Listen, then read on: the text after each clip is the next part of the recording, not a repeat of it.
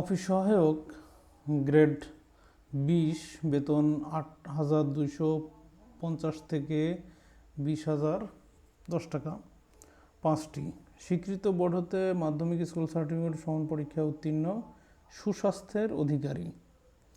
Cleaner বা helper 29টি কোনো স্বীকৃত বোর্ড হতে মাধ্যমিক স্কুল সার্টিফিকেট বা সমমানের পরীক্ষায় উত্তীর্ণ সহ automotive machines, electrical installation and maintenance, fitting machine shop practice, refrigeration and conditioning, welding, automotive mechanic, auto electrician, auto denting, painting, diagnostic technician, CNG ও এলএনজি কনভার্সন টেকনিশিয়ান বা অটোমোবাইল ইন্টেরিয়র টেকনিশিয়ানের বিষয়ে trade course pass, অথবা স্বীকৃত board হতে automotive mechanical drafting with CAD, electrical maintenance works, তারপরে farm machinery, general mechanics, machine tools operation, general electrical works, refrigeration and air conditioning, welding and fabrication বা welding ট্রেডে মাধ্যমিক school certificate vocational বা সমমানের পরীক্ষায় উত্তীর্ণ।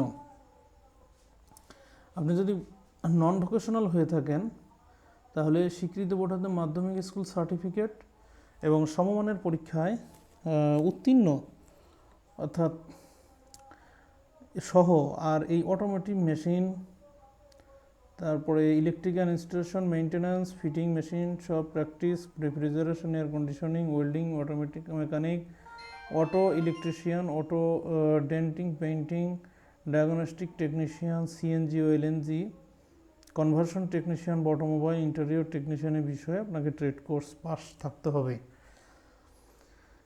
নিরাপত্তা প্রহরী 16টি। একটু উল্লেখ করি, যাদের এই কোর্সগুলো সম্পর্কে আগ্রহী আছে তারা আমার সাথে যোগাযোগ করতে পারেন।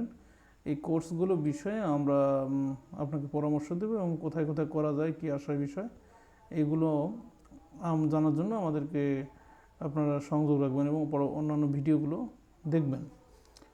আশা করছি আমি এই বিষয়ের উপরে ভিডিও তৈরি করব এবং এগুলো নিয়ে বিস্তারিত কথা বলবো, যা এগুলো হচ্ছে বর্তমানে খুব নিডি একটা বিষয়। অর্থাৎ টেকনিক্যাল বিষয়গুলো যদি না জানা থাকে বর্তমান বাজারের সাথে খাপ খাইয়ে এবং একটা ভালো জব অ্যাভিল করা খুবই কষ্টসাধ্য ব্যাপার। বর্তমানে ফ্রেশ সার্টিফিকেট দিয়ে আসলে জব যেটা কল্পনাই করা যায় না। নিরাপত্তা প্রহরী গ্রেড 20 8,250 থেকে 20,010 কোনো স্বীকৃত বোর্ড হতে জুনিয়র স্কুল সার্টিফিকেটের সমান পরীক্ষা উত্তীর্ণ সুঠাম দেহের অধিকারী। আবেদনের ফর্ম পূরণ, পরীক্ষা অংশগ্রহণের ক্ষেত্রে নিম্নবর্ণিত শর্তাবলী অবশ্যই পূরণ করতে হবে। নিয়োগের ক্ষেত্রে সরকারের প্রচলিত বিধিবিধান, কোটা পদ্ধতি এবং পরবর্তীতে সংক্রান্ত কোনো সংশোধন হলে তা অনুসরণ করা হবে।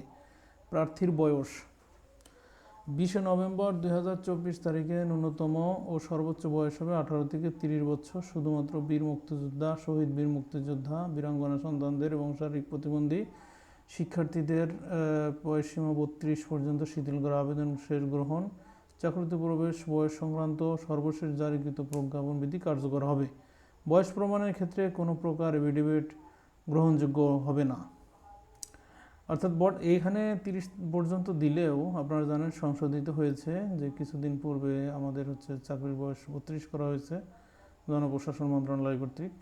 তো সেটি এই আপনার গণপরিবহন এই মন্ত্রণালয় সংশোধিত দেওয়া হয়েছে যে চাকরি 32 বছর। প্রার্থীকে অবশ্যই জন্মসূত্রে বাংলাদেশি স্থায়ী নাগরিক হতে হবে। আর সরকারি, আধা সরকারি, স্বায়ত্তশাসিত প্রতিষ্ঠান চাকরিরত প্রার্থীদের অবশ্যই যথাযথ কর্তৃপক্ষের অনুমতি ক্রমে আবেদন করতে হবে। প্রার্থীদের অবশ্যই মৌখিক পরীক্ষার সময় সংশ্লিষ্ট নিয়োগকারী কর্তৃপক্ষ অনাপত্তি বা মূলপত্রে জমা দিতে হবে।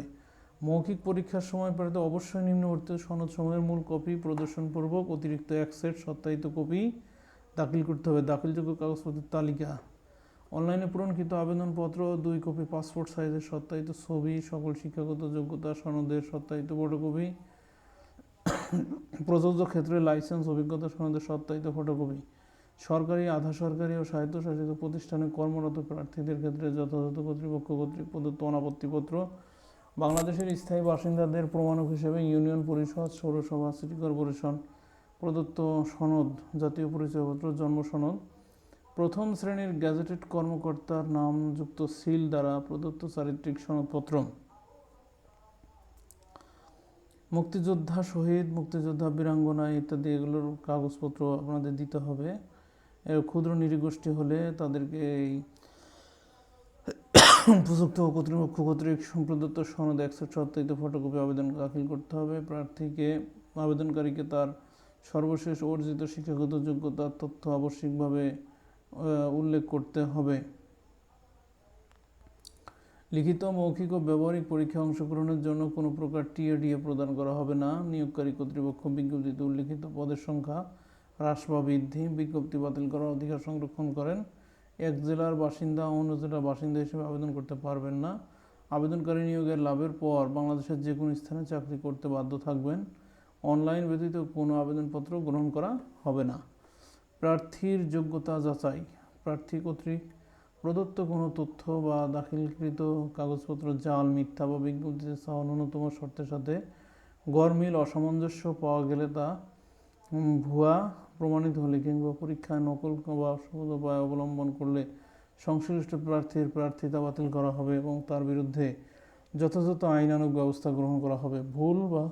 ভুল তথ্য বা জাল কাগজপত্র প্রদর্শিত হলে যে কোনো প্রার্থিতা পরীক্ষা চলাকালীন অথবা পরবর্তীতে যে কোনো সময় বাতিল করার ক্ষমতা কর্তৃপক্ষ সংরক্ষণ করেন।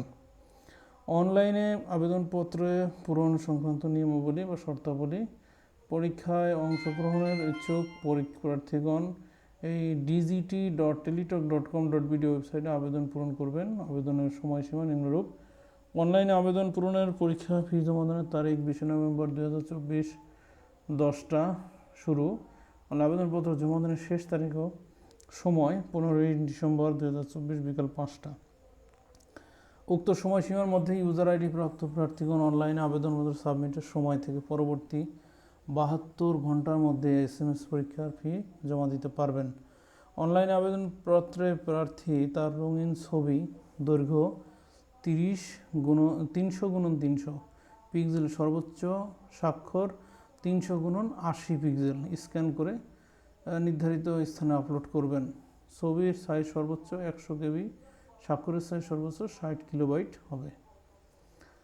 অনলাইন আবেদনপত্র পূরণকৃত তথ্যই যেহেতু পরবর্তী সকল কার্যক্রমে ব্যবহৃত হবে, সেহেতু অনলাইন আবেদনপত্র সাবমিট করার পূর্বেই পূরণকৃত সকল তথ্যের সঠিকতা সম্পর্কে প্রার্থী নিজে শতভাগ নিশ্চিত হবেন।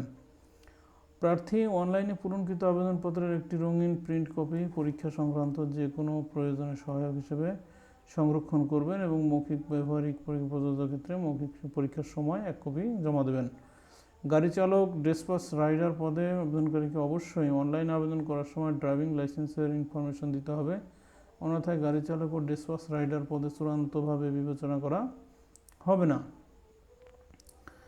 SMS প্রেরণের নিয়মাবলী, পরীক্ষার ফি প্রদান। অনলাইনে আবেদনপত্রে অ্যাপ্লিকেশন ফর্ম যথাযথভাবে পূরণ করে নির্দেশনা অনুযায়ী ছবি এবং স্বাক্ষর আপলোড করে আবেদনপত্রে সাবমিট করার সম্পন্ন হলে কম্পিউটারে ছবিসহ অ্যাপ্লিকেশন প্রিভিউ দেখা যাবে। নির্ভুলভাবে আবেদনপত্র সাবমিট করা প্রার্থী একটি ইউজার আইডি, ছবি এবং স্বাক্ষরযুক্ত একটি অ্যাপ্লিক্যান্টস কপি পাবেন। যদি অ্যাপ্লিক্যান্টস কপিতে কোনো তথ্য ভুল থাকে বা অস্পষ্ট ছবি, অসম্পূর্ণ কালো বা সম্পূর্ণ সাদা, ঘোলা বা ছবি স্বাক্ষর ঠিক না থাকে, তাহলে পুনরায় আবেদন করতে পারবেন। তবে কথাটা আবার পড়ি, যে যদি অ্যাপ্লিক্যান্টস কপিতে কোনো তথ্য ভুল থাকে বা অস্পষ্ট ছবি, অসম্পূর্ণ কালো ইত্যাদি থাকে, আবেদন সঠিক না থাকে, তাহলে পুনরায় আবেদন করতে পারবেন। তবে আবেদন ফি জমাদানের পরে আর কোনো পরিবর্ধন গ্রহণযোগ্য হবে না। তাই আবেদন ফি জমাদানের পূর্বে প্রার্থী অবশ্যই উক্ত অ্যাপ্লিক্যান্টস কপিতে তার সাম্প্রতিক তোলা রঙিন ছবি, নির্ভুল তথ্য স্বাক্ষর নিশ্চিত হয়ে PDF কপি ডাউনলোডপূর্বক রঙিন প্রিন্ট সম্পন্ন করে সংরক্ষণ করবেন। অ্যাপ্লিক্যান্টস কপিতে একটি ইউজার আইডি নম্বর দেওয়া থাকবে এবং ইউজার আইডি নম্বর ব্যবহার করে প্রার্থী নিম্নোক্ত পদ্ধতিতে যে কোনো টেলিটক প্রিপেইড মোবাইল নম্বরের মাধ্যমে 2টি SMS করে 1 থেকে 12 নম্বর